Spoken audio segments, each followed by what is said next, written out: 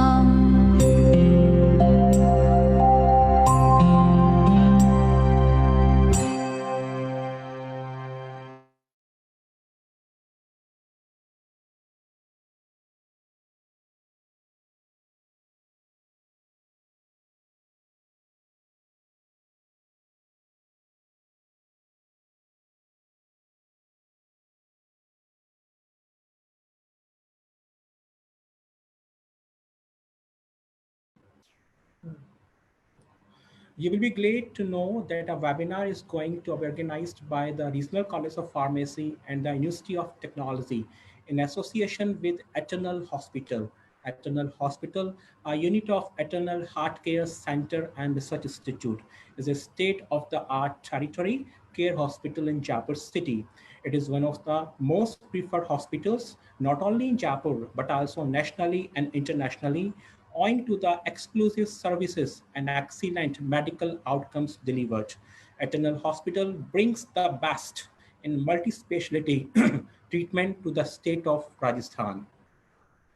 The topic for discussion for the webinar is Let's Talk About Coronavirus Outbreak, and renowned Dr. Alok Mathur sir will be the key speaker for the webinar event.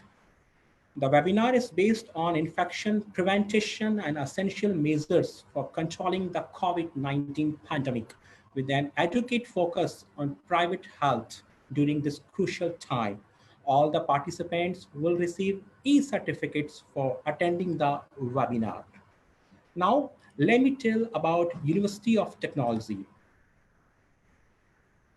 University of Technology is established by the Government of Rajasthan through state legislature under the Act number 28 of 2017. It is UGC recognized university under Section 2F of the UGC Act 1956.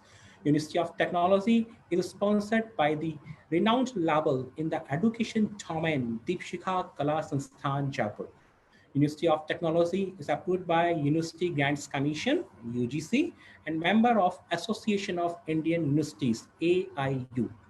Ministry of Technology's MBA, along with Polytechnic Diploma and Engineering departments, are approved by All India Council for Technical Education. University of Technology is approved by Bar Council of India for law courses. University of Technology is approved by Pharmacy Council of India for pharmacy courses. The University of Technology is known for offering quality education to students coming from varied backgrounds across different learning segments and knowledge disciplines. Highly known to deliver finest of learning solutions and facilities aiming at all-round development of the students.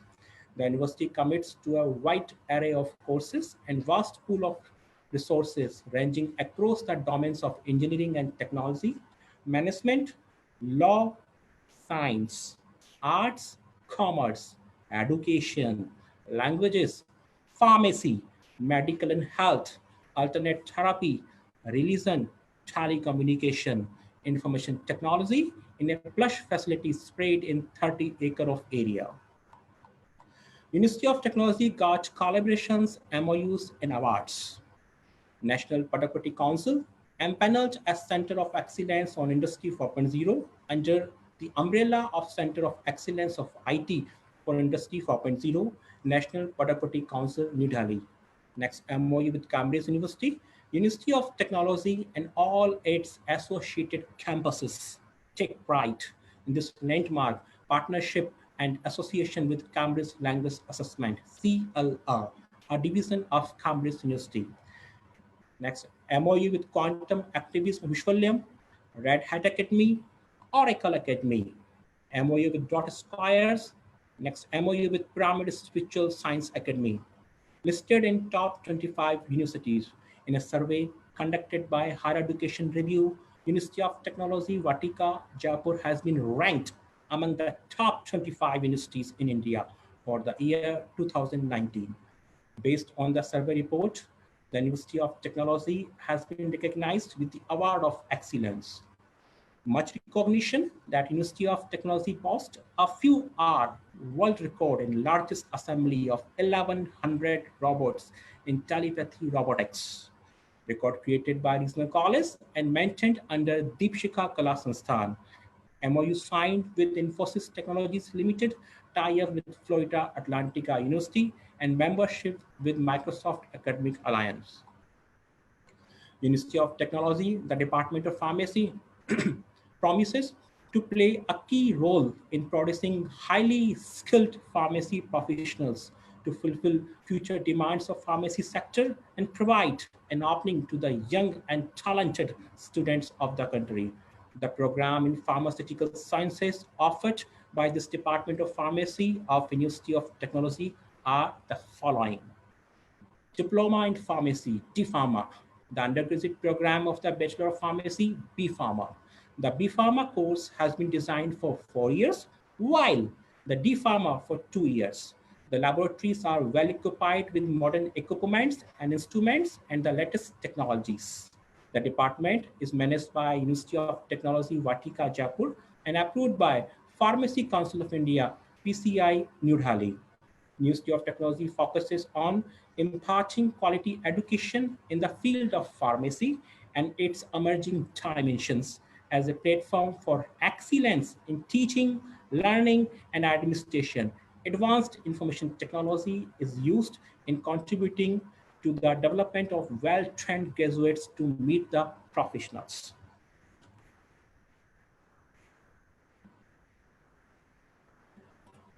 Now, let me tell about Regional College of Pharmacy. Regional College of Pharmacy was established in 2003 by Deepshikha Kalasansthan, which is a pioneer in technical education since 1976. The institute is duly approved by AICT and Pharmacy Council of India and affiliated to Rajasthan University of Health Sciences, RUHS Jaipur.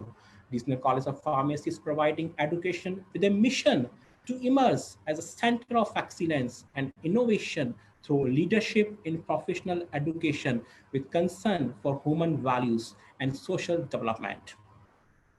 It provides education with an integrated approach of teaching and live exposures to practical applicability through training in industrial environment.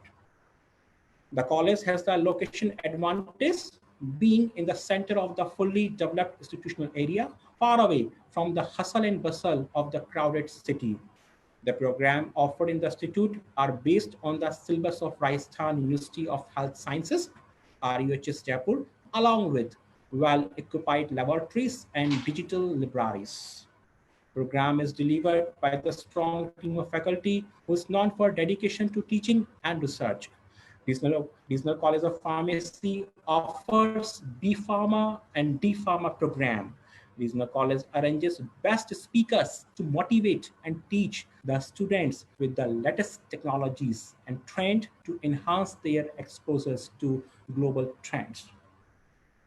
The laboratories are well equipped with modern equipments and instruments and the latest technologies. So far, Regional College of Pharmacy has placed number of its pharmacy students, professionals in many Indian and foreign companies, which are steadily booming in the pharmaceutical sector. Major equities are Cipla, Nicholas Piramal, Intus Pharmaceuticals, Apollo Pharmacy, FDC, Tabor, Fortis Hospital, RDPL, Unichem, Piramal, Cadila, Mankind, Escorts, and so on. It's a matter of proud that one of the students of Regional College of Pharmacy achieved gold medal. It puts a golden feather in the cap of Regional College of Pharmacy. Mr. Ankur Goyal is D Pharma gold medalist.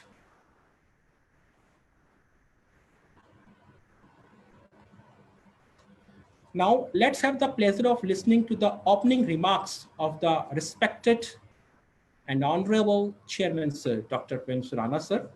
His dynamic, open, and humble style of leadership propels the group and inspires the budding professionals.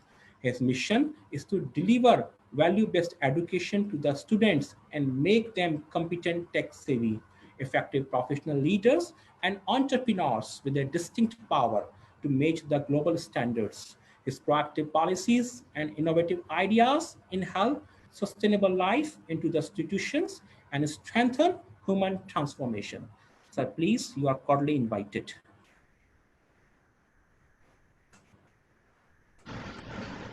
Deepshikha परिवार, university of technology, regional group of institution की ओर से मैं आप सबका हार्दिक अभिनंदन करता हूं।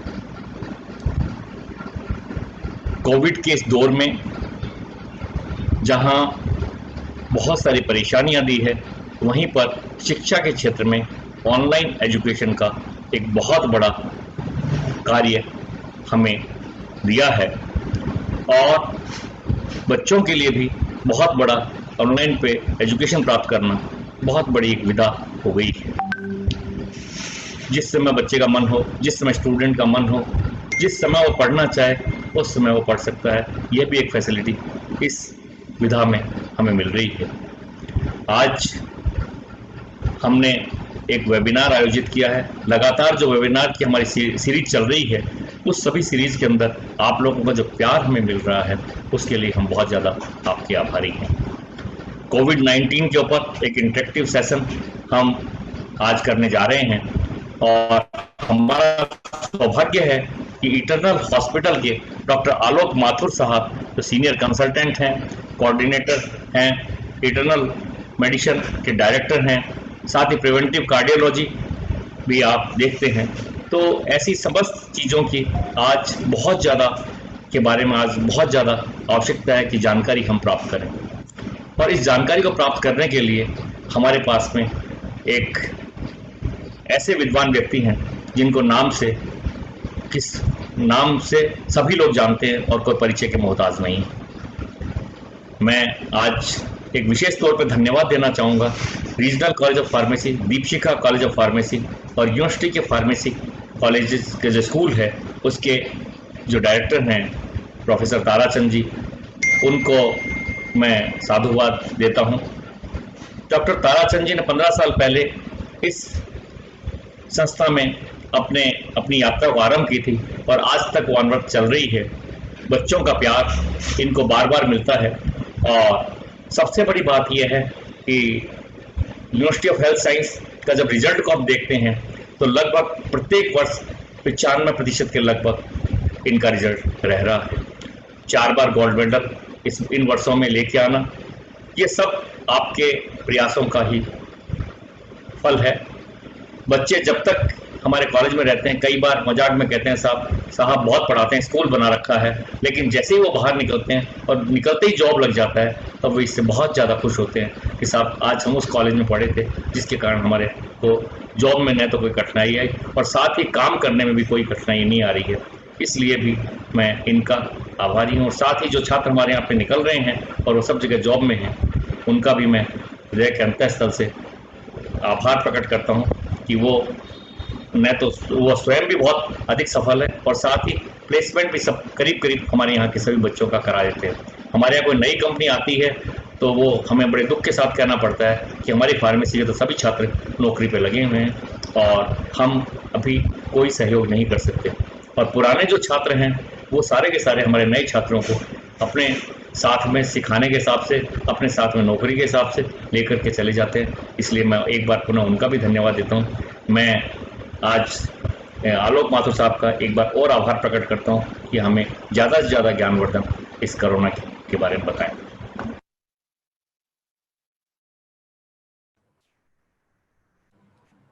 Sir, thank you very much. Now, it will be my honor to invite Principal of Regional College of Pharmacy to share fruitful words. Dr. Tarachand sir is Principal at Regional College of Pharmacy. Sir has done B Pharma, M Pharma, PhD, and MBA. Sir is editorial, advisory, review board member of many national and international journals of pharmacy. Sir has published a number of research papers at national and international level. Sir has organized and coordinated a number of national and international conferences. Sir has rich experience of publications and presentations. Sir, please. Welcome everyone. Thank you for joining us for today's webinar. Myself, Dr. Tarachand, Principal, Regional College of Pharmacy, Sitapura, Jaipur. Today, it is our great pleasure that we are presenting a webinar on Let's Talk About Coronavirus Outbreak based on infection, prevention, and control for COVID-19. With to us on private health during the pandemic time, presented by a renowned personality, Dr. Alok Mathur sir, Senior Consultant and Coordinator, Internal Medicine and Director, Preventive Cardiology, Eternal Hospital, Jaipur. During this pandemic time, Dr. Alok Mathur sir will personally discuss on your COVID-related queries and provide you with practical guidance essential for COVID-19 scenario. Thank you, sir.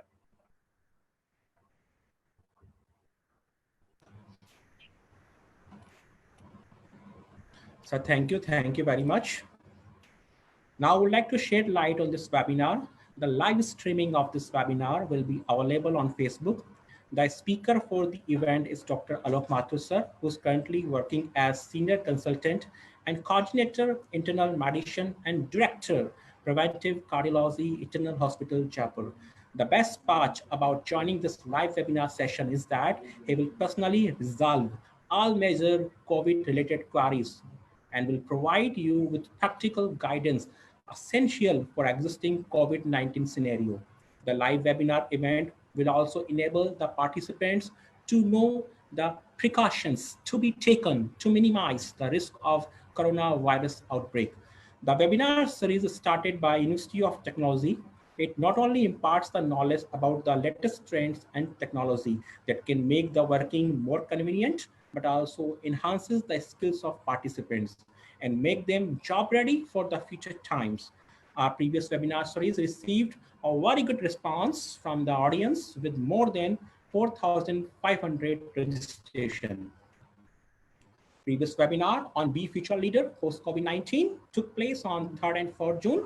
The live session was taken by great personalities, Dr. Ashwani Kumar Sharma, Pro-Chancellor, Vijay Bhumi University, Mumbai, and Dr. Praveena Nair, Cambridge University Center Head, Kerala, and Senior Structure Designer, Robotic Solution, Thrissur, along with Mr. Shyam Gopi.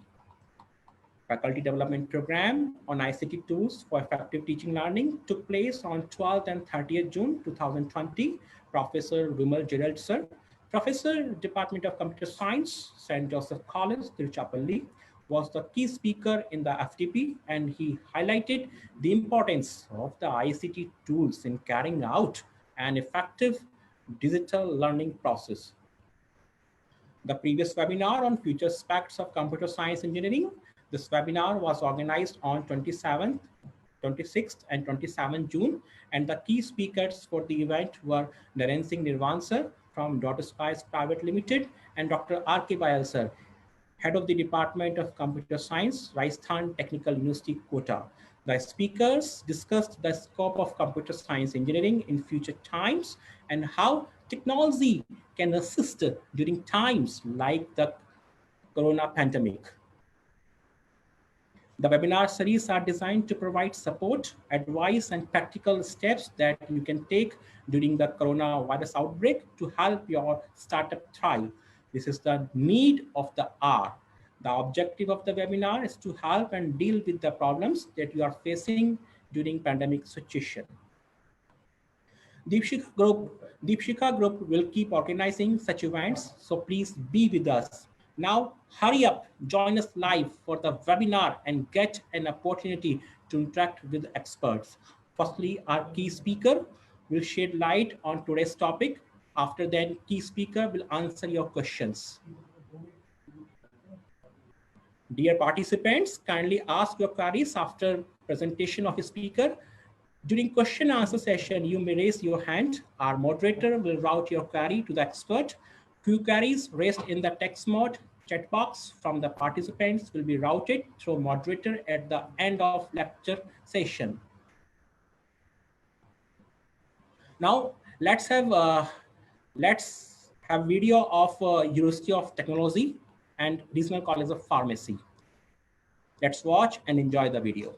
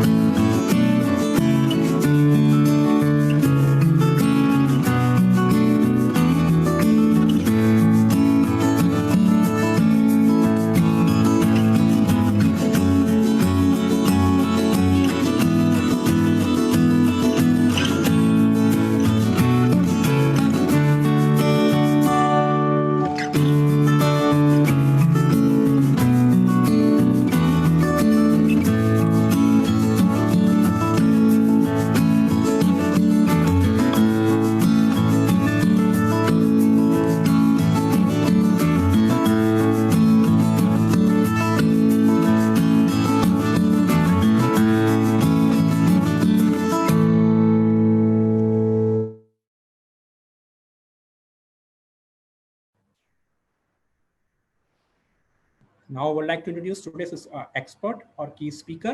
Join us live with highly experienced Dr. Alok Mathurji, Senior Consultant and Coordinator, Internal Medicine and Director, Preventive Cardiology at Eternal Hospital, Jaipur.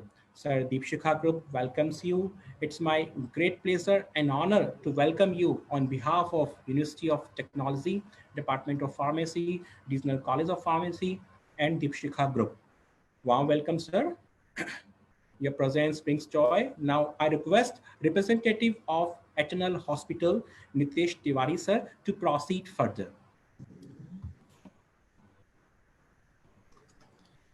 Good morning, everyone. I am Nitesh Tiwari. On the behalf of Eternal Hospital, I welcome all the participants, all the students, all the faculty members, seniors who have spared their precious time for this video conference. As you know, Eternal Hospital is a multi-super specialty, only JCI accredited hospital in Rajasthan. JCI stands for the Joint Commission International, and it is the highest international benchmark available worldwide in healthcare. In this COVID-19 pandemic, we are also giving online video consultation. As of now, through video consultation, more than 2,000 patients have been connected to their favorite doctors from the comfort of their home. In some situation, if patients need to visit hospital, or if doctors are asking patients to visit hospital, then our infection control measures provide a safe environment for clinical care, eternal care, safe care. जैसा मैंने बताया, eternal hospital बहुयामी सेवाएं दे रहा है और JCI से मान्यता प्राप्त हॉस्पिटल है। जेसीआई विश्व स्तरीय बेहतरीन सुविधाओं के लिए गुणवत्ता का मानक है। आज हर कोई कोरोना महामारी से प्रभावित है और इस बीमारियों ने अन्य जरूरी स्वास्थ्य सेवाओं को भी बहुत प्रभावित किया है। जिन्हें दूसरी बीमारियां हैं, वे अपनी समस्याओं को भूलकर सिर्फ इस बीमारी के बचाव पर ध्यान लगाए हुए हैं। वायरस से बचाव का ध्यान रखना अच्छी बात है, लेकिन आपकी दूसरी बीमारियों के प्रति सजग रहना भी बहुत जरूरी है, क्योंकि जो स्टैटिस्टिक्स बताते हैं वो ये है कि अगर किसी को कुछ पुरानी बीमारी है, किसी को कुछ कोमोर्बिडिटी है, तो उन्हीं लोगों को कोरोना ज्यादा अपनी गिरफ्त में लेता है, उन्हीं लोगों को पकड़ता है, उन्हीं लोगों की मोर्टिलिटी रेट भी सबसे ज्यादा है। इटर्नल हॉस्पिटल ने अभी कोरोना से रिलेटेड क्या इंतजाम किए हैं, उसके लिए मैं आपको एक छोटा 2 मिनट का वीडियो दिखा रहा हूँ। Thank you.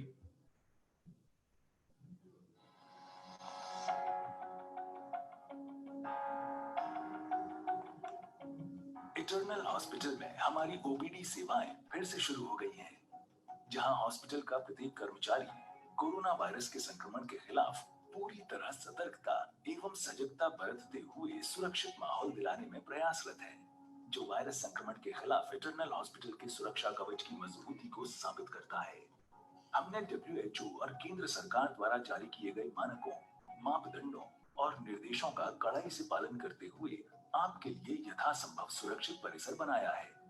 अस्पताल के सभी प्रवेश द्वार पर सैनिटाइजर व्यक्ति एवं वाहनों के लिए और प्रत्येक व्यक्ति के लिए फुल स्क्रीनिंग की व्यवस्था की गई है। मास्क अस्पताल में आने वाले सभी के लिए आवश्यक रूप से अनिवार्य है। थर्मल स्क्रीनिंग के अलावा हम अस्पताल में आने वाले सभी लोगों की मेडिकल और ट्रैवल हिस्ट्री की भी जांच कर रहे हैं, जिससे वायरस के खिलाफ इस लड़ाई को अधिक से अधिक सुनिश्चित किया जा सके। मरीजों के लिए अलग से प्रवेश और निकासी की व्यवस्था की गई है और एक मरीज के साथ एक ही परिजन के प्रवेश की अनुमति दी गई है।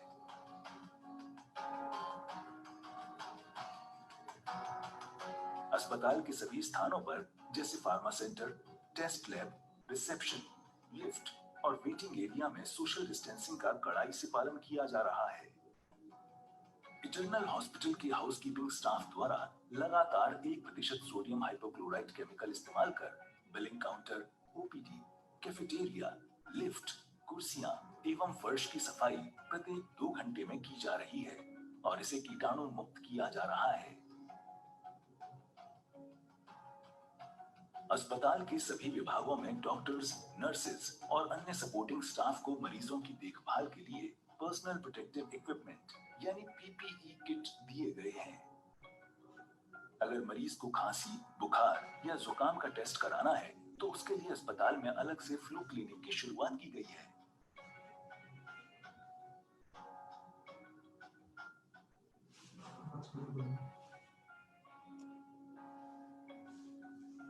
यहाँ से प्रारंभिक जांच के उपरांत संभावित मरीजों को अस्पताल के आइसोलेशन वार्ड में ले जाने के लिए अलग से लिफ्ट की व्यवस्था की गई है।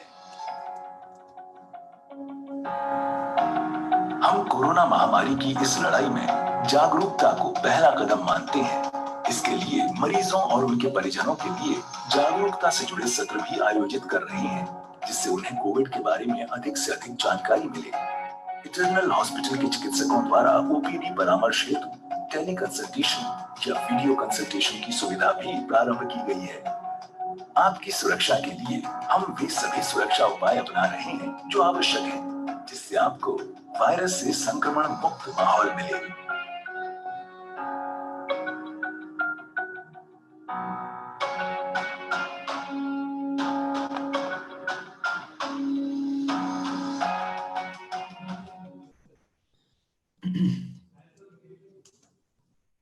Now I will introduce our today's speaker, Dr. Alok Mathur sir.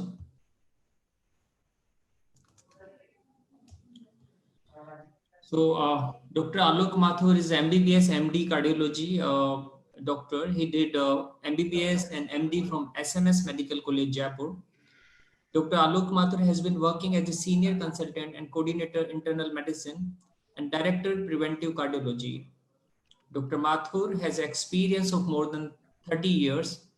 His expertise in the field of cardiac care, critical, emergency care, preventive cardiology, and public awareness. And he worked with leading hospitals across country. He is having lifetime membership in Association of Physicians of India. He has conducted more than 20,000 health program on Doordarshan in last 30 years. So over to Dr. Alok Mathur sir. Thank you Nitesh. सबसे पहले तो मैं आप सबका स्वागत करता हूँ इस हेल्थ अवेयरनेस प्रोग्राम में। अपन सभी जने जानते हैं कि अभी का जो टाइम है वो है कोविड-19 पेंडेमिक का, और सारी दुनिया जो है इससे अभी जूझ रही है। हर एंगल से कोविड ने तकलीफ दी है, चाहे वो हेल्थ पॉइंट ऑफ व्यू से हो, चाहे वो इकोनॉमिक पॉइंट ऑफ व्यू से हो। कुछ चीजें सभी जने जो है सोशल मीडिया से गैदर कर चुके हैं कोविड-19 के बारे में कि किस तरीके से इन्फेक्शन होता है। फिर भी ब्रीफली मैं कुछ चीजें बताना चाहता हूँ आपको कि कोविड-19 जो इन्फेक्शन है ये ड्रॉपलेट और एयरबॉर्न इन्फेक्शन है। इसका मतलब ये है कि जब भी कोई आदमी खांसता है, छींकता है, अगर वो पॉजिटिव है तो वो उससे जो मुंह से जो ड्रॉपलेट्स निकलती हैं वो कुछ समय तक तो एयर में सस्पेंडेड भी रहती हैं। अगर उस समय उसको आदमी को इनहेल करता है तो वो उसके लंग्स के अंदर एंटर हो जाती है। फिर जो ड्रॉपलेट्स थोड़े समय बाद, या जो बड़ी ड्रॉपलेट्स होती हैं, जो हैवी ड्रॉपलेट्स होती हैं, वो सरफेस पे आके रुक जाती हैं। वहां पे जब अपन टच करते हैं और अगर उस हाथ को अपन फेस पे टच करते हैं, जो तीनों जो अपने जो सोर्स माने गए हैं या जहां से एंटर हो सकता है, जो कि माउथ, नोज एंड आईज, अगर इनको टच करते हैं तो वायरस यहाँ से एंटर होता है और रेस्पिरेटरी ट्रैक्ट के अंदर चले जाता है। तो बेसिकली ये रेस्पिरेटरी डिजीज है जो अभी तक देखा गया है। बाकी जिस तरीके से और भी वायरल इन्फेक्शन होते हैं, चाहे इन्फ्लुएंजा हो, चाहे स्वाइन फ्लू हो, ये सभी रेस्पिरेटरी ट्रैक्ट को इन्वॉल्व करते हैं। 85% से ज्यादा जो पेशेंट्स होते हैं वो एसिम्प्टोमेटिक होते हैं या माइल्ड जिनके सिम्टम्स रहते हैं। माइल्ड सिम्टम्स का मतलब है कि थोड़ा हाथ पांव दुखते हैं, हल्का सा बुखार आता है, खांसी जुकाम होता है और व्यक्ति ठीक हो जाता है, या हो सकता है कि उसके कोई भी सिम्टम हो ही नहीं। एसिम्प्टोमेटिक जो पेशेंट्स हैं वो 50% तक एसिम्प्टोमेटिक पेशेंट्स रह सकते हैं जिनको पता ही नहीं। तो इसका मतलब ये है कि अब जब जिस तरीके से ट्रांसमिशन काफी ज्यादा हो चुका है तो अपन को यही मानना चाहिए कि अपन जिस भी व्यक्ति से मिल रहे हैं, जरूरी नहीं कि उसके सिम्टम्स या एक्सपोजर के अंदर रहा हो। जैसे शुरू में था कि कोई बाहर से कोई ट्रैवलिंग हिस्ट्री है या कोई किसी पेशेंट्स के कांटेक्ट में आया है। अब तो ये मान के चलना चाहिए कि जो भी व्यक्ति अपन को मिल रहा है वो हो सकता है कि एसिम्प्टोमेटिक एरिया। तो जो तीनों जो प्रिकॉशंस गवर्नमेंट ने बताए हैं, चाहे वो हैंड वॉशिंग हो, चाहे वो मास्क हो, चाहे फिजिकल डिस्टेंस हो, क्योंकि सोशल डिस्टेंसिंग को तो मैं नहीं मानता, सोशली हर एक आदमी को वेल कनेक्टेड रहना चाहिए, बट फिजिकली जो 6 फुट की दूरी जो बताई है सरकार ने, और जो hand washing 20 seconds minimum up to 40 seconds किसी भी सोप से अगर आप हाथ धोते रहते हैं और ज्यादा समय किसी भी व्यक्ति के कांटेक्ट में नहीं रहते, ये बहुत इंपॉर्टेंट है। जो जिसके बारे में मैं आपको बताऊंगा कि इसकी किस तरीके से इसकी इम्पोर्टेंस है कि अपन ज्यादा समय किसी के कांटेक्ट में रहते हैं तो अपने चांसेस इन्फेक्शन के ज्यादा होते हैं। अगर इन चीजों का अपन ध्यान रखें तो अपन नॉर्मल वर्किंग लाइफ लीड कर सकते हैं। जो अभी तक मन में लोगों के घबराहट थी, पर मैं आपको फिर भी बताना चाहता हूँ कि जब कोविड शुरू में आया था तो अगर उसका अपन मान के चलें कि जो जो डर था अगर वो यहाँ पे था तो इन्फेक्शन नीचे था। आज की तारीख के अंदर इन्फेक्शन यहाँ है और डर कम है। ये इसीलिए है कि लोगों को धीरे धीरे समझ में आ गई कि ये वायरस किस तरीके से अपन को अटैक कर सकता है और अपन को क्या क्या प्रिकॉशंस रखने चाहिए। प्रिकॉशंस तीनों जो सिंपल प्रिकॉशंस गवर्नमेंट ने बताए हैं उनको ही फॉलो करना है। मैं बार बार रिपीट करता हूँ, मास्क लगाना है आपको, फिजिकल डिस्टेंस मेंटेन करना है और हैंड वॉश करना है। अगर ये 3 चीजें आप करते रहे और ज्यादा किसी के साथ एक्सपोजर टाइम नहीं होना चाहिए, क्योंकि हो सकता है वो एसिम्प्टोमेटिक कैरियर हो। अब जितने बाकी वायरल इन्फेक्शंस हुआ होते थे, स्वाइन फ्लू हो या इन्फ्लुएंजा वायरस हो, सब चीजें सिम्टम्स के हिसाब से एक ही थे। फिर डिफरेंस कहाँ पे आया? डिफरेंस एक आया कि इसकी जो लाइफ है सरफेस पे वो काफी ज्यादा है। वायरस जो है खासतौर पे मेटल या प्लास्टिक की अगर बात करें तो उस पे कई दिनों तक जिंदा रह सकता है। इसका मतलब जब कि कोई भी आदमी कहीं पे खांसा चीखा, इवन मैं आपको बता दूं खांसना चीखना ही नहीं, अगर आप जोर से भी बोलते हो तो भी ड्रॉपलेट्स निकलती हैं आपके। नॉर्मल भी अगर आप बात करते हो, अगर तेज बोलोगे या जोर से बोलोगे तो भी आपकी वो ड्रॉपलेट्स निकलेंगे और वो ड्रॉपलेट सरफेस पे जाके स्टिक कर जाएंगी, जो कि कई दिन तक वायरस जो होता है वहां पे जिंदा रह सकता है। इसका मतलब ये है कि आप किसी भी सरफेस को अगर गलती से टच भी करते हैं तो अपन को ये ध्यान रखना है कि हाथ जो है मुंह तक नहीं आए, उससे पहले अपन हैंड वॉश कर लें। क्योंकि आप कहीं भी जाते हो, सारी सोसाइटी में आप मूव भी करोगे, अपना काम भी करोगे, हर जगह तो आप स्टरलाइजेशन का ध्यान नहीं रख सकते, पर ये तो ध्यान रख सकते हो कि अगर आपने कहीं पे भी टच किया तो आप अपने फेस को जब तक टच नहीं करोगे, चाहे वो आपको स्पेक्स ही आपको सेट क्यों नहीं करने हो, चाहे वो मास्क ही आपको इरिटेट कर रहा हो, आप टच नहीं करोगे जब तक कि आप श्योर नहीं हो जाओ कि आपने हैंड वॉश कर लिया। जहां तक है हैंड वॉशिंग की बात, तो सोप एंड वाटर बेस्ट तरीका है जहां पे आप सोप एंड वाटर यूज कर सकते हो। पर अगर कहीं जाना है आपको जहाँ पे आपको पता है कि पब्लिक प्लेस पे सोप एंड वाटर अवेलेबल नहीं है, वहां पे आप एक काम कर सकते हो कि आप जो है अपने हैंड वॉश के लिए सैनिटाइजर का यूज कर सकते हैं। सिम्टम्स मैंने आपको बता दिए। अब प्रॉब्लम कहाँ आनी शुरू हुई? प्रॉब्लम ये आनी शुरू हुई कि जितने भी पेशेंट्स जिनकी इम्यूनिटी लो थी, चाहे वो बिल्कुल बच्चे हों, चाहे बुजुर्ग हों, चाहे प्रेग्नेंट हो, या जिनके कोमॉर्बिड कंडीशन हो, किसी के डायबिटीज है, किसी के हार्ट डिजीज है, किसी के ब्लड प्रेशर है, या किसी के आर्थराइटिस है, कोई भी इम्यूनो कॉम्प्रोमाइज स्टेट हो, किसी की कीमोथेरेपी चल रही हो, तो अगर किसी भी व्यक्ति के इस तरीके की प्रॉब्लम ऑलरेडी चल रही है और अगर उसके इन्फेक्शन होता है तो वो प्रॉब्लम दे सकता है। अगर अपन टोटल 100% मान के चलें तो 85% पेशेंट्स को हॉस्पिटलाइजेशन की कोई जरूरत नहीं होती। वो सिंपल मेडिसिन लेता है, घर पे डॉक्टर के टच में रहता है। अगर कोई तकलीफ होती है तो एक होम क्वारंटाइन जो वर्ड स्टार्ट हुआ कि आप घर पे रह के होम आइसोलेशन में रख के, क्योंकि दूसरे जनों को आप एक्सपोज नहीं करो और सिंपल मेडिसिन लेते रहो तो आप ठीक हो जाओगे। इम्यूनिटी आपको अच्छी रखनी है, वो हर एक आदमी को अच्छी रखनी है। 85 से 95% तक 10% पेशेंट्स को हो सकता है कि हॉस्पिटलाइजेशन की जरूरत पड़े, छोटे मोटे ऑक्सीजन की रिक्वायरमेंट आए या थोड़ी सी मेडिसिन ज्यादा लेनी पड़े। 2-3% पेशेंट्स वो हैं जिनको क्रिटिकल केयर की जरूरत पड़ती है या आईसीयू केयर की जरूरत पड़ती है। तो आप ये मान के चलो कि 95% जो जिनके कोविड अगर पॉजिटिव आता है या इन्फेक्शन होता है, उनको घबराने की कोई जरूरत नहीं है। साधारण सा ट्रीटमेंट, उस छोटी मोटी हो सकता है कि ऑक्सीजन की रिक्वायरमेंट कुछ दिनों में आ जाए, इससे ही व्यक्ति ठीक हो जाता है। इंपॉर्टेंट बात है कि आप अपनी इम्यूनिटी स्ट्रांग रखो, चाहे वो फिजिकल एक्टिविटी हो, चाहे वो अपने देसी तरीके हों या एक्सरसाइज हो। अब कुछ चीजें मैं आपको इससे पहले कि अपन डिस्कशन पे आ जाएं और आपके क्वेश्चंस आने शुरू हो, मैं बताना चाहूंगा एक्सरसाइज को लेकर। एक्सरसाइज में मैं रोज देखता हूँ और आप लोग भी देखते हैं कि लोग बाग दौड़ लगा रहे हैं और मास्क पहना हुआ है। ये गलत है। आपको अगर जाना भी है तो आप उस एरिया के अंदर जॉगिंग पे जाओ या वॉक करने के लिए जाओ जहाँ पे मिनिमम जने हो या आप डिस्टेंस मेंटेन कर रहे हो। क्योंकि मास्क लगाने से एक बैरियर तो है ही, और अगर आप उस समय एक्सरसाइज करते हैं तो आपकी ऑक्सीजन लेवल कम हो जाएंगे और वो आपको बाकी प्रॉब्लम दे सकता है। हाइपोक्सिया अगर होने लग जाएगा और आप एक्सरसाइज करते रहे तो हो सकता है कोई ना कोई चीज प्रेसिपिटेट हो जाए। जब आप कार में अकेले जा रहे हो मास्क लगाने की कोई जरूरत नहीं, पर कार के अंदर जब 3-4 जने जा रहे हो तब आपको मास्क लगाना है। अब एक चीज आती है वो है वायरल लोड।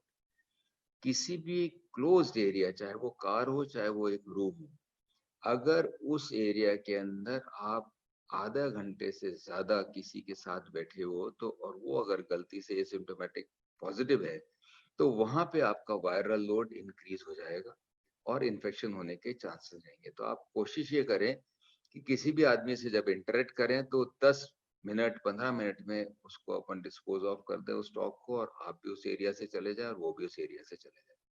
अगर किसी वजह से आपको ज्यादा लंबा समय बैठना पड़ रहा है तो फिजिकल डिस्टेंस तो मैंने आपको बता ही दिया, रखना ही पड़ेगा, मास्क आपको लगा के रखना ही पड़ेगा, पर आपका जो रूम है दैट शुड बी वेंटिलेटेड। आपको खिड़कियां खोलने, भले एसी चल रहा है कोई बात नहीं, आप वहाँ का जो एग्जॉस्ट है वो चला के रखें, खिड़कियां खोल के रखें, फैन रखें, जिससे उस एरिया का जो वायरल लोड है इन्फेक्शन का वो कम से कम रहे। पर कोशिश यही करें कि आप किसी भी व्यक्ति से 10-15 मिनट से ज्यादा इंटरेक्ट नहीं करें। अगर आपको कार के अंदर भी जाना है मास्क आपको लगाना ही है, अगर दूसरा जना भी साथ में बैठा हुआ है अकेले मास्क की कोई जरूरत नहीं है। और कोशिश ये करें कि लॉन्ग ट्रेवलिंग ज्यादा, एक कार के अंदर 4-4 5-5 जने बैठ के लॉन्ग ट्रेवलिंग अगर करते हैं, भले आपने मास्क भी लगा रखा हो तो भी प्रॉब्लम बढ़ती है। तो इसका मतलब जो इंटरेक्शन टाइम है दैट शुड बी शॉर्टर। अब बात आती है ट्रीटमेंट को लेकर। ट्रीटमेंट आज की तारीख के अंदर एज सच कोई स्पेसिफिक ड्रग नहीं है। जितनी भी एंटीवायरल ड्रग्स जो आ रही हैं अभी, वो कोई 100% नहीं है, बट हाँ जितने भी क्रिटिकली इल पेशेंट, जो आपको मैंने बताया 2-4% जो पेशेंट्स हैं जो कि आईसीयू के अंदर जा रहे हैं या जो क्रिटिकली इल है, ये दवाइयाँ उन्हीं के लिए हैं। इसका मतलब ये नहीं है कि आपके माइल्ड से सिम्टम्स हुए और आपने जाके एंटीवायरल ड्रग ले ली। नॉर्मली 90% पेशेंट्स को, भले वो पॉजिटिव हो या माइल्ड सिम्टम्स भी हों, उनको कोई एंटीवायरल ट्रीटमेंट की जरूरत नहीं पड़ती। जितनी भी ड्रग्स हैं वो ड्रग्स दी जा रही हैं क्रिटिकली या आईसीयू में जो पेशेंट हॉस्पिटलाइज हो गए हैं उन्हीं पे ही। वो भी अभी 100% नहीं है श्योर कि अपन मान के चलें कि आपने दवाई ले ली तो पूरे ठीक हो जाओगे। इसका मतलब बेस्ट वे यही है कि अपन प्रिवेंशन पे ही ध्यान दें। अब बात आई है वैक्सीन को लेके। वैक्सीन, कोई भी वैक्सीन जब मार्केट में आता है तो उसका एक तरीका है, उसकी ट्रायल्स होती हैं। पहले एनिमल्स पे ट्रायल होती हैं, फिर ह्यूमन ट्रायल्स होती हैं, फिर फेजेस में ट्रायल होती हैं, फेज 1, 2, 3। तो वो एक प्रोसीजर है। नॉर्मली कोई भी वैक्सीन 1-1.5 साल से पहले नहीं आता, फिर क्योंकि ये बहुत बड़ी महामारी बन गई है। सारी फार्मा कंट्रीज, जो फार्मा कंपनीज जो हैं, और सभी कंट्रीज ये कोशिश कर रही हैं कि किसी तरीके से वैक्सीन जल्दी से जल्दी आ जाए। अच्छी ट्रायल्स, अच्छे रिजल्ट्स अभी सामने आ रहे हैं, पर फिर भी आप मान के चलो कि इस साल के एंड से पहले कोई वैक्सीन नहीं आएगा। मैं तो मान के चलता हूँ बल्कि पब्लिक के लिए तो नेक्स्ट ईयर ही आएगा, क्योंकि कोई वैक्सीन आएगा भी तो वो स्टेप बाय स्टेप लगेगा। पहले health care workers, high risk group, वहां पे जाएगा, जब तक कि वो आम आदमी के यूज में आए उसमें कई महीने लग जाते हैं, और ट्रायल्स भी उसके साथ साथ चलती रहती है। तो फाइनल क्या है? फाइनल यही है कि अपन को we will have to live with COVID with all due precautions। all क्या, सिंपल 3 प्रिकॉशंस जो अपन को सबको पता है। पर होता क्या है, मैं घर से मास्क पहन के निकलता हूँ, जब आपके सामने आता हूँ तो अपना मास्क नीचे करता हूँ और फिर आपसे बात करता हूँ, तो वो सारी मेहनत बेकार हो। बल्कि आप कार में अकेले बैठे हो तो मास्क की कोई जरूरत नहीं है, पर आप किसी से बात कर रहे हो तो फिजिकल डिस्टेंस मेंटेन करो। आप लाउडली भी बात मत करो, और मास्क पूरा लगा के रखो। लोग यहाँ तक के लेवल का मास्क लगा के रखते हैं, वो बिल्कुल गलत है। अगर आपको मास्क लगाना है तो पूरा यहाँ से लेके यहाँ तक का कवर्ड रहना चाहिए, मतलब तीनों चीजें। और जो जने चश्मा लगाते हैं वो चश्मा लगा के रखें, क्योंकि आई पे भी जा सकता है। और जो हेल्थ केयर वर्कर्स हैं उनके जो प्रिकॉशंस है उसमें तो फेस शील्ड या पीपी किट, वो सारी चीजें आ जाती है। एक ड्रग को लेके बीच में कंट्रोवर्सी स्टार्ट हुई थी, वो थी HCQ, और मार्केट में भी गायब हो गई कि जितने HCQ लें आप उससे प्रिवेंशन होगा। आज की तारीख में बता दूं कि HCQ as such public use के लिए नहीं है। HCQ बहुत अच्छी दवाई है, पर प्रिवेंशन के अंदर उसका कोई यूज नहीं है। केवल हेल्थ केयर वर्कर्स को, वो भी डॉक्टर की केयर में, उनका ECG चेक करने के बाद ही अपन HCQ देते हैं। अब मैं चाहूंगा नितेश, ये तो मैंने प्राइमरीली चीजें बता दी, पर आप जो है सब जनों की जो क्वेरीज हो या जो क्वेश्चंस हो उसको आप जरूर पूछें। Over to Nitesh.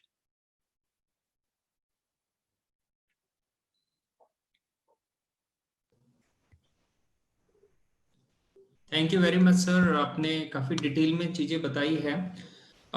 थोड़ा सा सर, जो टेस्टिंग का जो टेक्निक है PCR and IgG IgM, so PCR कब करवाना चाहिए, PCR कब रिकमेंडेड है, उसका सेंसिटिविटी और स्पेसिफिसिटी कितना है, और IgG IgM क्या होता है, IgG क्या होता है, IgM क्या होता है, उसके बारे में थोड़ा सा आप बताएं। ये बहुत ही अच्छी चीज पूछी है नितेश जी आपने। क्या है कि जो सैंपल कलेक्शन है वो आप नेजोफेरिंग्स या ओरोफेरिंग्स, मतलब जो अपना रेस्पिरेटरी ट्रैक्ट का पार्ट है, वहां से स्वैब लिया जाता है। वहां से एक तरीके से जैसे मुंह में सलाइवा होता है, वहां से स्वैब लिया जाता है और PCR टेक्निक से उसका टेस्ट किया जाता है। पर जो सेंसिटिविटी है, चाहे वो सैंपल कलेक्शन एरर मानो या ओवरऑल मानो, वो एक टेस्ट की 40-50% से ज्यादा नहीं है। इसीलिए जिन पेशेंट्स में हमको शक होता है उन पेशेंट्स को हम 48, पहले तो 5 दिन बाद कराते थे, पर अब मिनिमम 48 घंटे के बाद दोबारा टेस्ट करा के देखते हैं, या CT स्कैन एक्सरे से एनालाइज कर लेते हैं कि हाँ ये इस पेशेंट को कोविड हो सकता है, तो उसको सेकंड टेस्ट पे लेते हैं जिन पे क्लिनिकली हाई सस्पिशन हो। तो ये तो है नॉर्मल COVID-19 का टेस्ट जो कि PCR टेक्निक से किया जाता है। IgG IgM जो होती हैं, वो मैं आपको बता दूं, ये बॉडी में एंटीबॉडीज डेवलप होती है। जब भी कोई बॉडी में इन्फेक्शन होता है, या अपन जो वैक्सीनेशन जो अपन कराते हैं, तो अपने एक तरीके से अपने शरीर में फौज स्टार्ट होती है जिसको बोलते हैं हम एंटीबॉडी। जब भी कोई दोबारा वायरस आपके शरीर के अंदर आता है तो वो एंटीबॉडीज उससे फाइट करती है। अब इसमें 2 लेवल्स होते हैं, IgM एंड IgG। जब भी एक्यूट इन्फेक्शन होता है तो बॉडी के जो फाइटर्स जो होते हैं उनको IgM बोलते हैं। तो जब भी एक्यूट इन्फेक्शन होता है तो IgM लेवल्स बढ़ते हैं और बाद में IgG लेवल्स बढ़ते हैं। ये अभी टेस्ट मार्केट में नहीं स्टार्ट हुआ है। अभी ICMR ने इसकी क्लियर कट गाइडलाइंस सभी लैब को नहीं दी है, पर फ्यूचर के अंदर ये टेस्ट आ जाएगा और सब लैब्स पे भी आ जाएगा, और इससे ये पता चल जाएगा कि आपके अगर IgG पॉजिटिव है, क्योंकि मैंने आपको बताया कि 50% से ज्यादा एसिम्टोमेटिक है। मैं या आप कोई भी जना इन्फेक्टेड हुआ है, अपन को पता ही नहीं, क्योंकि अपन ये हो सकता है एसिम्टोमेटिक हो, तो अपन को कैसे पता चले कि अपने को इन्फेक्शन हुआ था या नहीं हुआ था? क्योंकि नेजोफेरिंजियल सैंपल तो लेंगे नहीं हर एक का, सर्वेलेंस इस तरीके से तो होगी। वो है IgG। अगर IgG लेवल्स अगर आपके बढ़ गए हैं तो आपके बॉडी में इन्फेक्शन हुआ था, माइल्ड रहा या एसिम्टोमेटिक रहे, और आपकी बॉडी ने उसको रिस्पॉन्ड करके एक अंदर फौज तैयार कर दी जो IgG एंटीबॉडीज हैं। जब भी दोबारा वायरस आपको अटैक करेगा तो ये एंटीबॉडीज आप उसको किल कर देंगी और आपकी बॉडी पे कोई असर नहीं आएगा। जो प्लाज्मा जो थेरेपी स्टार्ट हुई है वो IgG को लेके, जिन पेशेंट्स के कोविड इन्फेक्शन हो गया था वो बिल्कुल ठीक हो गए, कन्वल्सेंस पीरियड उनका 28 दिन का निकल गया, उनके IgG एंटीबॉडीज बन गई। जिनके अच्छे टाइटर्स हैं उनका प्लाज्मा ले लिया जाता है, और वो पेशेंट जो कि अभी सीरियस है उनको अपन प्लाज्मा वो दे देते हैं। तो एक तरीके से जैसे किसी की प्लेटलेट कम होती है तो प्लेटलेट ट्रांसफ्यूजन होता है, ब्लड कम होता है तो ब्लड ट्रांसफ्यूजन होता है, इसी तरीके से एंटीबॉडीज प्लाज्मा के थ्रू अपन बॉडी में पेशेंट के डाल देते हैं जिससे वो ठीक हो जाए, पर it is only for critically ill patients. Thank you very much sir. IgG IgM के बारे में भी आपने बताया, और हर्ड इम्यूनिटी अगर थोड़ा सा आप और बताना चाहें सर। वैसे तो आपने क्लियर किया है कि IgM प्रेजेंट इन्फेक्शन के लिए होता है और IgG पास्ट इन्फेक्शन के लिए होता है, और जो PCR टेस्ट है ऑफ कोर्स वो काफी सेंसिटिव और स्पेसिफिक टेस्ट है, लेकिन अगर सैंपल सही से कलेक्ट नहीं हो पाया या सैंपल ट्रांसपोर्टेशन में कुछ दिक्कत हुई है तो पॉलीमरेज चेन रिएक्शन से वो वायरस डिटेक्ट नहीं होता। इस वजह से जो सस्पेक्टेड पेशेंट हैं या ऐसे पेशेंट जिनका कोई प्लांट सर्जरी होनी है, उनका ये 24 घंटे बाद में टेस्ट दोबारा रिपीट करते हैं। हो सकता है फर्स्ट सैंपल में वो मिस हो गया हो। सो आईजीजी, क्या हम लोग ये माने कि सर आईजीजी अगर किसी का पॉजिटिव है तो ये हर्ड इम्यूनिटी है उसको? देखो, इम्यूनिटी की जब भी बात करते हैं तो दो इम्यूनिटी मान के चलते हैं। एक इम्यूनिटी होती है नेचुरल इम्यूनिटी, एक होती है बाय वैक्सीन। वैक्सीन जब भी अपने लगता है तो इतनी मिनिमम मात्रा में इन्फेक्शन या किल्ड वैक्सीन या लाइव वैक्सीन लगाया जाता है, तो वो भी एक तरीके से बॉडी में आप इन्फेक्शन ही इंजेक्ट कर रहे हो। वैक्सीन जितने भी हैं वो या तो किल्ड फॉर्म में वायरस है या लाइव फॉर्म के अंदर है, और उसकी क्वांटिटी इतनी सी होती है कि बॉडी एकदम उस पर एंटीबॉडीज बना लेती है। तो ये है इम्यूनिटी का सिस्टम। पर अगर व्यक्ति के, जैसे ये सिम्टोमेटिक की बात चल रही है, जब सब जनों के इन्फेक्शन होने लग जाएगा तो वो जो इम्यूनिटी आती है दैट इज हर्ड इम्यूनिटी। ये मान के चल रहे हैं कि अपने को धीरे धीरे करके जब लोगों के इन्फेक्शन होता जाएगा तो वो इम्यून होते जाएंगे। इसलिए आईजीजी टेस्ट की बहुत इंपॉर्टेंस है। आईजीजी टेस्ट आगे जब फ्यूचर में कराया जाएगा तो आपको पता चल जाएगा कि आप सेफ हो अगर आईजीजी लेवल आपके ज्यादा है। इट मीन्स आपके इन्फेक्शन हुआ था, आपकी एंटीबॉडी बन गई, तो एक तरीके से नेचुरल वे के अंदर आपके वैक्सीनेशन हो गया। अभी तक वैक्सीन आया नहीं है पर आपकी वैक्सीन हो गई। तो आईजीजी लेवल्स आपको इंडिकेट करते रहेंगे और यही इम्यूनिटी का प्रिंसिपल है। जी सर, थैंक यू। सर एक और सवाल आ रहा था, जैसे आप बताते हैं स्टैटिस्टिक्स की 96% पेशेंट तो अपने आप ही ठीक हो जाते हैं, एसिम्प्टोमेटिक पेशेंट होते हैं। कुछ 6% के आसपास ऐसे पेशेंट्स हैं जिनको हॉस्पिटलाइजेशन की जरूरत पड़ती है, और उसमें भी फिर फर्दर आप फिल्टर करते हैं कि कुछ को आईसीयू की जरूरत पड़ती है और कुछ पेशेंट्स को वेंटिलेटर की जरूरत पड़ती है। लेकिन मोटे तौर पे ये सामने आता है कि ऐसे मरीज जिनको पहले से कोई बीमारी है, हार्ट की बीमारी है या ब्रेन की कुछ प्रॉब्लम है, लंग्स में कोई इन्फेक्शन है, ऐसे रोगियों को ये बीमारी जल्दी पकड़ लेती है। आप डायरेक्टर हैं प्रिवेंटिव कार्डियोलॉजी के, तो स्पेशली हार्ट के पेशेंट को और जो दूसरी बीमारियों से ग्रसित मरीज हैं उनके लिए आपका क्या संदेश रहेगा इस समय? देखो, हार्ट तो बहुत ही इंपॉर्टेंट है। वो इसलिए भी है कि ये जो वायरस है ये हार्ट को दो तरीके से इफेक्ट करता है। एक तो इफेक्ट ये करता है कि वो डायरेक्ट हार्ट की मसल्स को कमजोर कर सकता है, जिसको हम मायोकार्डाइटिस बोलते हैं। वो किसी भी अदर वायरल इन्फेक्शन में भी इस तरीके से हार्ट की मसल्स कमजोर हो जाती हैं, जिसको हम, बहुत पेशेंट्स आते हैं जो कि मायोकार्डाइटिस के होते हैं। इसमें क्या है कि कोविड-19 के अंदर आपकी ब्लड का कोगुलेशन प्रोफाइल भी चेंज हो जाता है। तो ब्लड का जब कोगुलेशन प्रोफाइल चेंज हो जाता है तो क्लॉटिंग टेंडेंसीज बढ़ जाती है, जगह जगह थ्रोम्बस बनना शुरू हो जाता है, चाहे वो लंग हो चाहे वो हार्ट। तो ऐसे वो डायरेक्टली भी हार्ट की ब्लॉकेट का प्रोसेस बढ़ा के भी तकलीफ में दे सकता है। अब जो पहले ही कॉम्प्रोमाइज पेशेंट है, कॉम्प्रोमाइज मतलब जिसकी ऑलरेडी कोरोनरी आर्टरी डिजीज है, ये हार्ट की मसल्स कमजोर है, उस व्यक्ति के अगर वायरल ये कोविड-19 इन्फेक्शन होगा तो कोगुलेशन डिसऑर्डर करेगा। तो पहले से किसी के 70-80% ब्लॉकेट चल रहा था तो वो ब्लॉकेट बढ़ के उसको तकलीफ में ला सकता है, यहाँ तक कि हार्ट अटैक भी कर सकता है। और दूसरा कि पहले से अगर हार्ट की मसल्स कमजोर थी और इसका इफेक्ट अगर हार्ट की मसल्स पे आया, क्योंकि वायरल इन्फेक्शन के अंदर बहुत कॉमनली आ जाता है, तो भी आपके हार्ट के फंक्शन और कमजोर हो जाएंगे और आपको तकलीफ के अंदर डाल सकते हैं। तो जितने भी पेशेंट्स हैं, क्योंकि दो ऑर्गन्स को मैक्सिमम अफेक्ट करता है, वैसे तो ये वायरस सभी ऑर्गन्स को अफेक्ट कर सकता है, चाहे वो किडनी हो चाहे वो लिवर हो चाहे ब्रेन हो, पर दो ऑर्गन्स, एक लंग दूसरा हार्ट। जो पेशेंट्स ऑलरेडी, जिनके सीओपीडी है, जिनके अस्थमा की प्रॉब्लम है, जिनके ऑलरेडी लंग्स कमजोर हैं, चाहे टीबी की वजह से हुआ हो चाहे फाइब्रोसिस, बहुत सारी इलनेसेस हैं जिनमें लंग्स खराब हो जाते हैं, या हार्ट की जिनकी ऑलरेडी प्रॉब्लम है, पहले से कोरोनरी आर्टरी डिजीज है, हार्ट की मसल्स कमजोर है, वेल्व खराब है जिनके, उन पेशेंट्स को खास तौर पे ध्यान रखना पड़ेगा। जितनी भी मोर्टिलिटी स्टैटिस्टिक्स देखें तो मोर्टिलिटी मैक्सिमम इन्हीं जनों को हुई है। पर इसका मतलब ये नहीं है कि आपके कुछ भी नहीं है और आप निश्चिंत होकर घूमते रहें। ये बता दूं, कुछ परसेंटेज ऐसा भी है जिसके अंदर वायरल निमोनाइटिस, मैं कोविड-19 की बात नहीं कर रहा हूँ, चाहे वो स्वाइन फ्लू रहा हो चाहे वो इन्फ्लुएंजा वायरस रहा हो, अगर वो एक बार लंग के अंदर निमोनिया पूरा कर देती है तो वो लाइफ थ्रेटनिंग एक नॉर्मल आदमी के लिए भी हो सकता है। इसलिए सजग तो सबको रहना है, क्योंकि इसकी स्ट्राइक रेट बहुत ज्यादा है।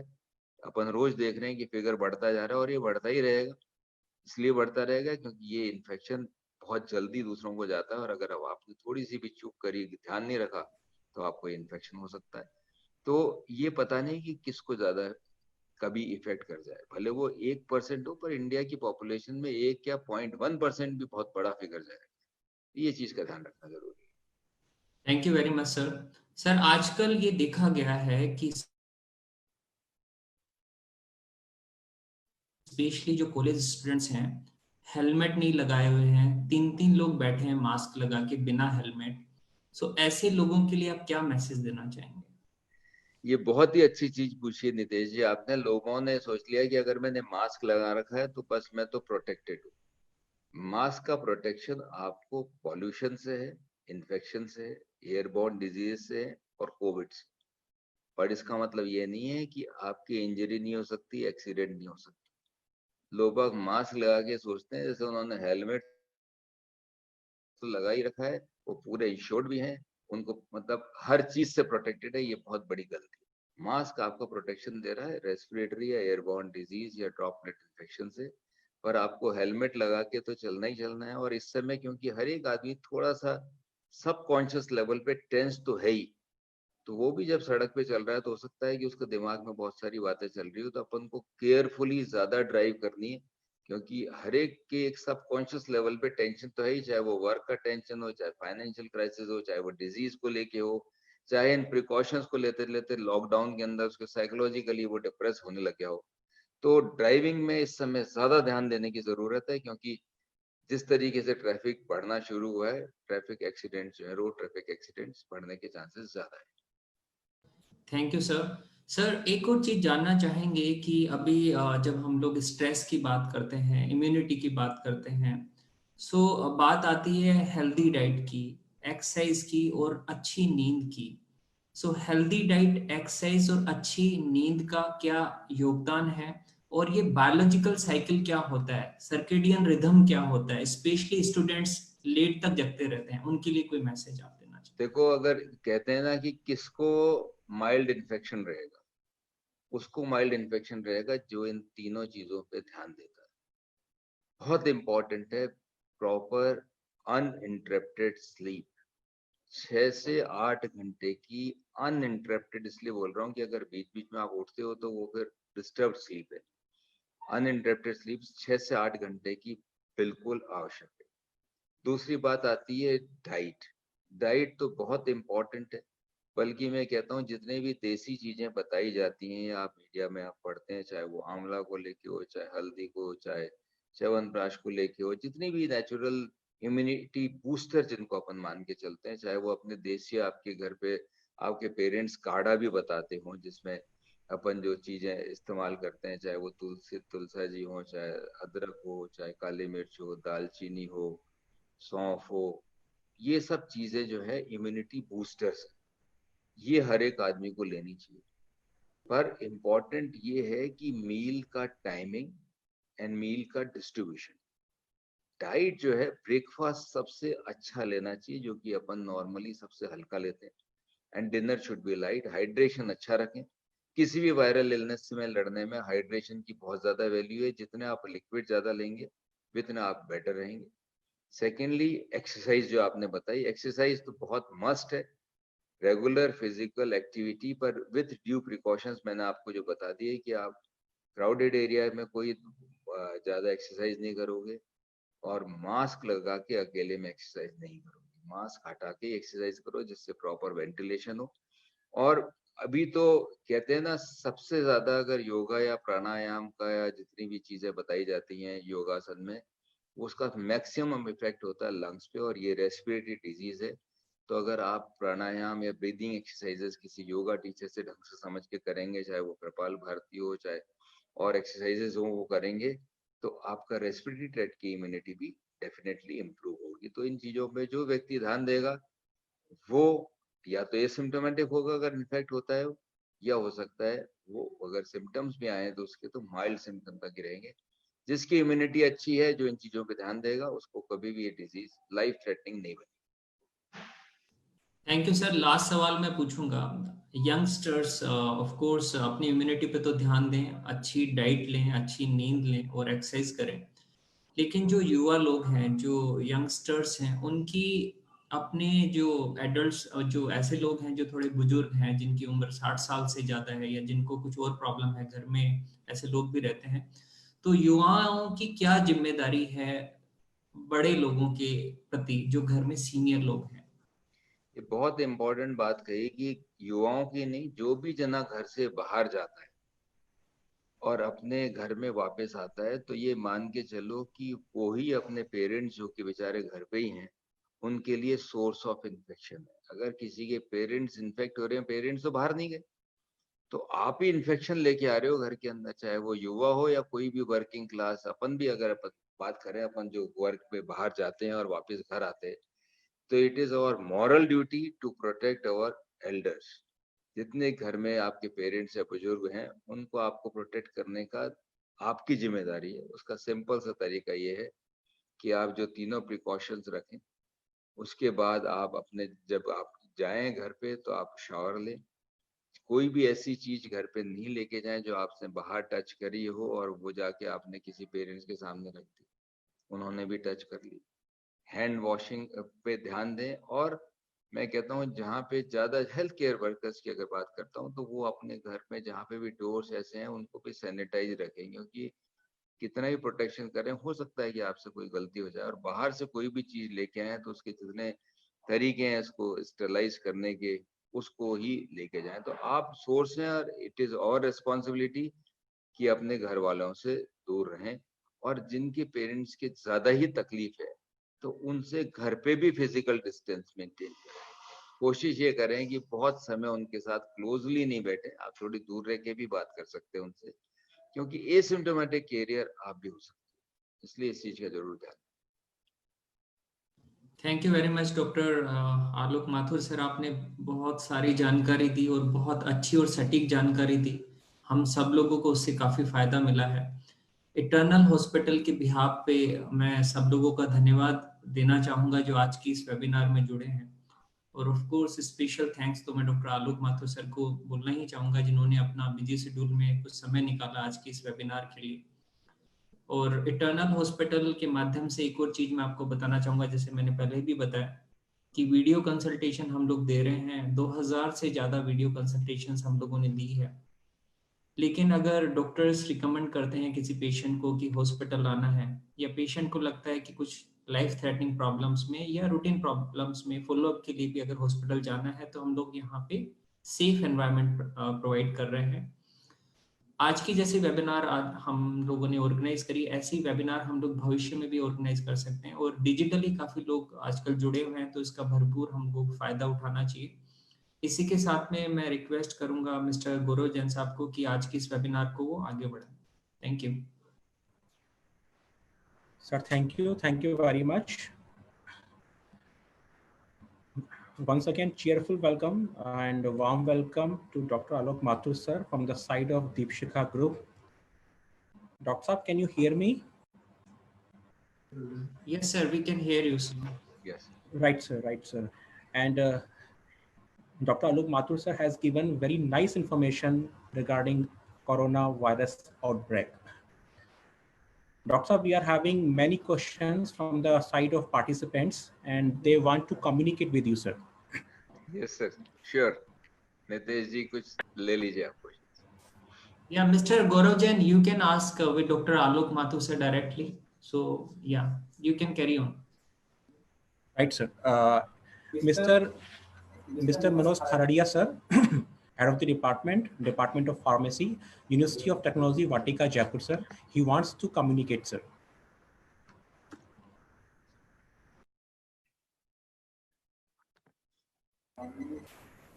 Good afternoon, sir. I am Manoj Kharadia. Really, you gave good information to all of us. Sir, I have one query about is type 1 diabetes, heart, brain, kidney damage cases increases after few weeks in corona patient become negative. So this is my question. नहीं, आप उसको एक बार repeat करें, क्या चीज पूछना चाह रहे हैं? सर ये है कि अपने को जो कोरोना पेशेंट हो गया, जो पॉजिटिव हो गया, उसके बाद उनमें कुछ हफ्तों के बाद ये सिम्टम्स आने लगे कि उनके या तो टाइप 1 डायबिटीज हुई है या हार्ट में कोई डैमेज हुआ या किडनी में डैमेज हुआ, ऐसा कुछ है क्या? नहीं, देखो डायबिटीज तो कोविड से नहीं होती, बिल्कुल पहले। Okay sir.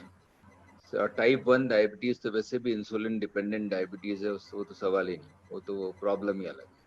हार्ट डिजीज की मैंने आपको बताई, वो डेफिनेटली हो सकती है, क्योंकि उस कोविड इन्फेक्शन का जो डायरेक्ट इफेक्ट है वो मायोकार्डियम पे भी हो सकता है, हार्ट की मसल्स पे भी, और ये कोगुलोपैथी करती है, क्योंकि क्लॉटिंग प्रोफाइल आपका चेंज होता है, तो हो सकता है कि आपके हार्ट अटैक भी हो या हार्ट की प्रॉब्लम ब्लॉकेड वाली भी हो, जो अपन कोरोनरी आर्टरी डिजीज बोलते हैं, ये चीज हो सकती है। किडनी को जहां तक इफेक्ट की बात है, किसी भी वायरल इन्फेक्शन के अंदर जब एक बार मल्टी ऑर्गन फेलियर पे चले जाता है, कोई भी इन्फेक्शन जो होता है जब ब्लड के अंदर सभी ऑर्गन्स को अफेक्ट करना शुरू करता है, तो किडनी सबसे पहले अफेक्ट होती है। लंग एंड हार्ट के बाद अगर अपन थर्ड नंबर पे माने तो इट इज किडनी, क्योंकि जब आप शॉक के अंदर जाओगे या बैक्टीरिया जो वायरीमिया होगा, ब्लड के अंदर इन्फेक्शन जब पहुंचेगा आपके, तो किडनीज अफेक्ट हो जाएंगी।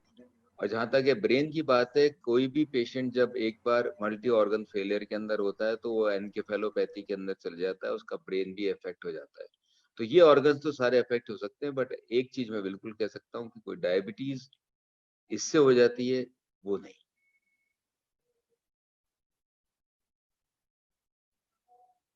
Thank you, sir. Sir. Sir, thank you very much. You have given very nice information. Next, Dr. Pramod Sharma, sir, Principal, Regional College, Sitapura, Jaipur. Sir, he wants to ask question. He has a query regarding coronavirus outbreak. Sir, please.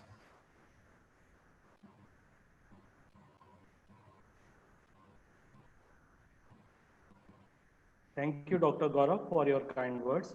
A very good morning and heartily welcome to Dr. Alok Mathur on behalf of Regional College and Deepshikha Group and University of Technology.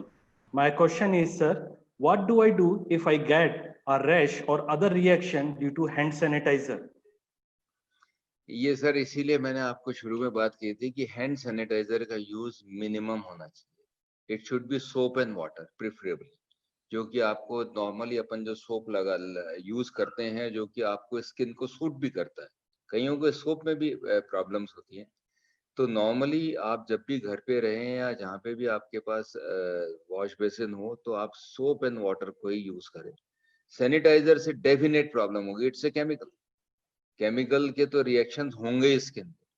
तो अगर आप दिन के अंदर 20 बार अगर आप उसको wash करोगे, तो कोई ना कोई रिएक्शन तो होगा ही। इट्स ए केमिकल, चाहे वो अल्कोहल बेस हो या कोई भी हो, कोई इट्स इरिटेंट टू स्किन। तो प्रेफरेबली जो है आप सोप एंड वाटर को यूज करें। आपको सैनिटाइजर का यूज भी करना है, that should be minimum and safe sanitiser. जो अपन अच्छी कंपनी के, मैं कंपनी का तो नाम नहीं लूंगा, पर अपन को पता है जो कि अच्छी कंपनी के सैनिटाइजर हैं, अगर उनको लेना है तो उनको यूज मिलने, बट सोप एंड वाटर का ही यूज ज्यादा करें, नहीं तो ये प्रॉब्लम तो होगी।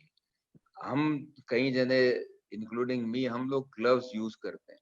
वैसे कई जने जो माइक्रोबायोलॉजिस्ट कहते हैं कि आप बहुत ज्यादा ग्लव्स को यूज नहीं करें, पर अगर दिन में आपको 20-30 बार 50 बार हमको पेशेंट देखने हैं, हर बार हाथ को सैनिटाइज करना है, या तो हर बार ग्लव चेंज करें, या दूसरा है कि उस ग्लव पे ही अपन सैनिटाइजर ढंग से लगा लें, तो एटलीस्ट आपकी स्किन वो रिएक्शन के अंदर नहीं है।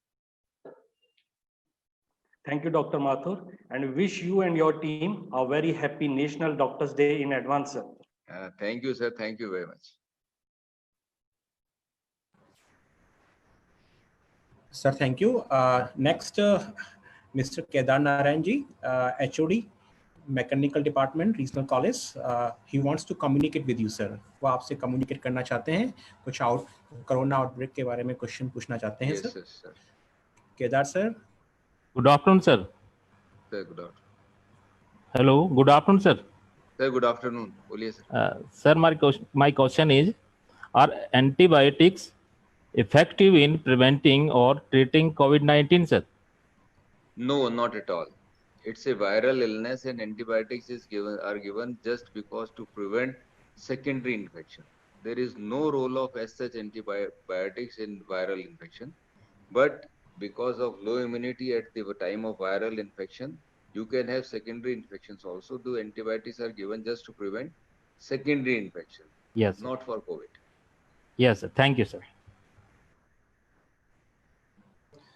So next, Mr. Rakesh Kumar Chaudhary. He is Principal, Regional Polytechnic College, Sitapura, Jaipur. So he has a query, sir. He wants to ask question. Rakesh, sir.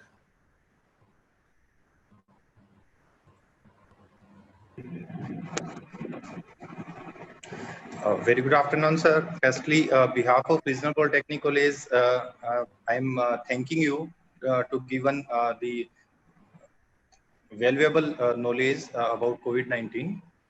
Sir, my question is, does COVID-19 present a risk to the safety of nation blood supply?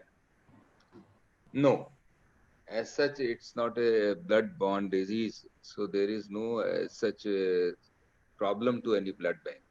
But now the government is creating separate plasma bank. For plasma therapy, they are creating a separate bank for that, so that we can keep plasma of the patients who had already infection or are in convalescence phase, so that IgG we can transfuse to the patients who are critically ill. So it's a separate bank, but as such for blood banks, it's no problem.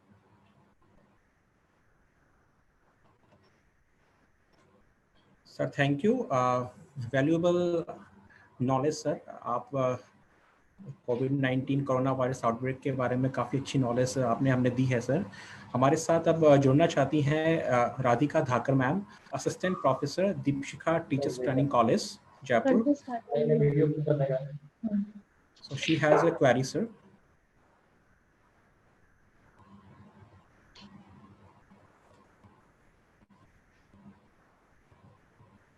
Hello, good afternoon, sir. Hi, Radhika ji, good afternoon. Sir, my question is, can mosquitoes or ticks spread the virus that causes COVID-19? No, not at all. Oh, sir. It's basically... Okay, sir, I have... Okay. Yes. Sir, I have one question, or is there a vaccine for the novel coronavirus? Not yet, although trials are going on that, phasic trials are going, but I think we will get vaccine in December or next year. Okay, sir. Sir, thank you. Vaccine is about to come very soon. Sir, ये कहना चाहते हैं अभी. Okay, sir. Sir, next we have Mr. Pankaj Gadia, sir, Controller of Examination, University of Technology. वो आपसे communicate करना चाहेंगे sir. कुछ उनके भी क्वेश्चंस हैं कोरोना वायरस आउटब्रेक के बारे में, तो आपसे कुछ वो गाइडेंस लेना चाहेंगे सर। पंकज गाड़िया sir. Yes, sir. Yes, sir. Now you can ask your question, sir. Hello, good afternoon, sir. Good afternoon. Sir, my question is, can I get the coronavirus from food packets, or food containers and preparation area? Not from the food itself. It's not a water and foodborne illness, okay. But you can carry and you can have infection with the utensils used by the person and by the packing material, you can get it. If you are getting a packed food to your home, it's better you just dispose the covering or the packing material outside your home, but food will not cause any COVID infection. It's not a food or water foodborne illness. If virus enters in your stomach, it will be killed by your acid. Okay. Sir, well explained, sir. Thank you.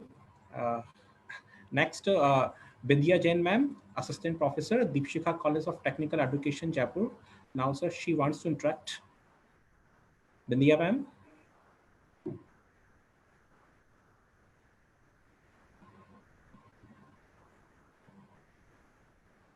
Bindya Jain ma'am.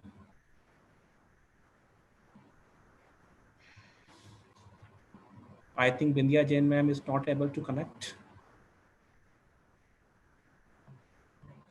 Next, sir, we are having one more question from the side of Mr. Amandeep Swami, Assistant Professor, Regional College of Pharmacy. Mr. Amandeep Swami ji.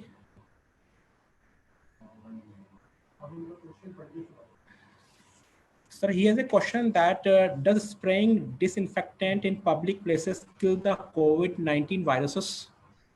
He wants to know, sir, that does spraying... It's a sort of controversial question, because most of the countries, they are doing just spraying all the roads and areas. I think it will not affect much more. Okay, sir. And it One is more the basic question. precautions, hand washing and mask will take care of it. So one more question he has that this is safe for me to donate blood during the coronavirus pandemic. Why not? Anytime you can donate. Okay, anytime. Anytime. Right, sir. Next, Mr. Sonu Kumar Singhal, Assistant Professor, Mechanical Department, Regional College, Sitapura, Jaipur. He has a question. Now he wants to interact, sir.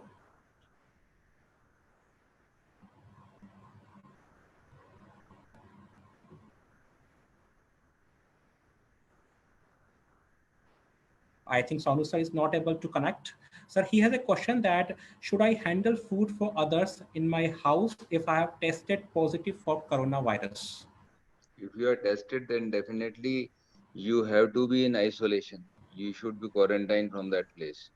But if your convalescence period is over and your IgG levels are okay, the Ig levels are good, then you are absolutely free. You are not a patient who can transmit. So as such, if you are having positive COVID report and your IgM levels are high, or if it's the period is less than 1 month, then definitely you can infect a person. Even in convalescence period, up to 28 days, you should be in a separate zone, or you should be in isolation. Right, sir. Right, sir. Thank you, sir. Nice question and answer session. So we must appreciate your information regarding coronavirus outbreak. Pleasant presentation, sir. Fantastic session. Your information, your presentation, and the way you explain and describe it is, and it was really admirable, sir, and useful for everyone, sir. So thank you for sharing your knowledge. Participants must have got good knowledge about coronavirus outbreak. Sir focused on infection prevention and control for COVID-19 with focus on private health during pandemic time. Thank you, This sir. session was full of enthusiasm and valuable knowledge. It was a great session of webinar and we found it extremely helpful. We look forward to your continued interest in the webinars or programs of Deepshikha Group. Now I would like to invite Dr. Mike Mathur, sir, Registrar, University of Technology, Vatika, Jaipur, to present the vote of thanks.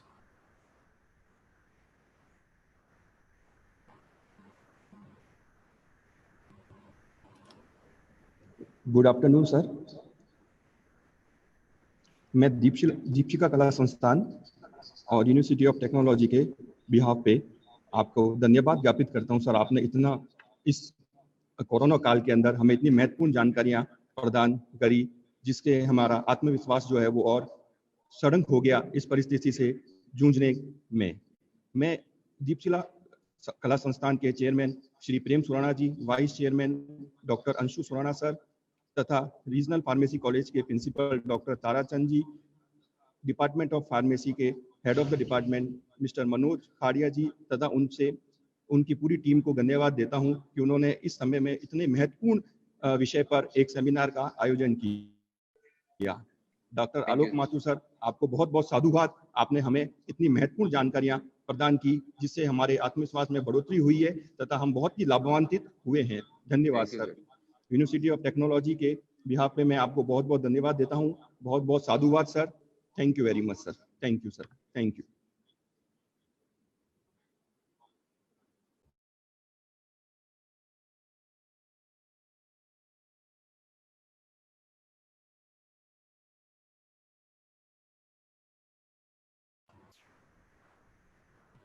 Sir, thank you very much.